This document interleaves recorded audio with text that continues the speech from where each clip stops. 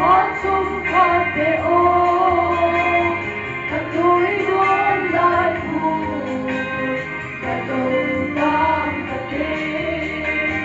hát trong khát về ô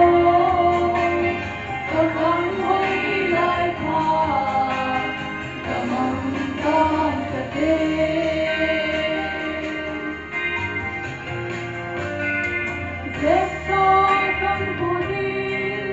đang chịu cả ngày trôi lên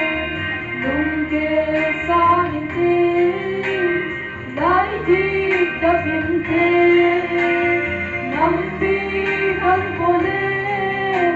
ở trong căn phố đi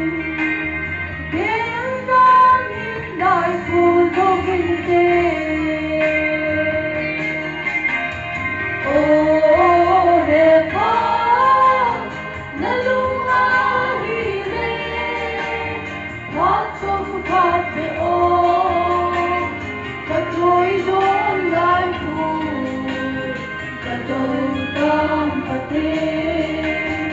Hãy subscribe cho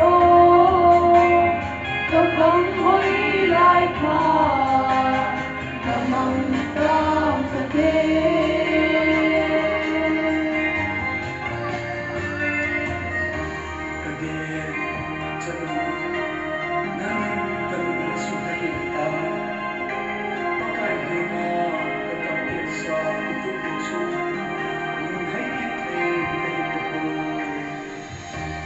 Ghiền Mì Gõ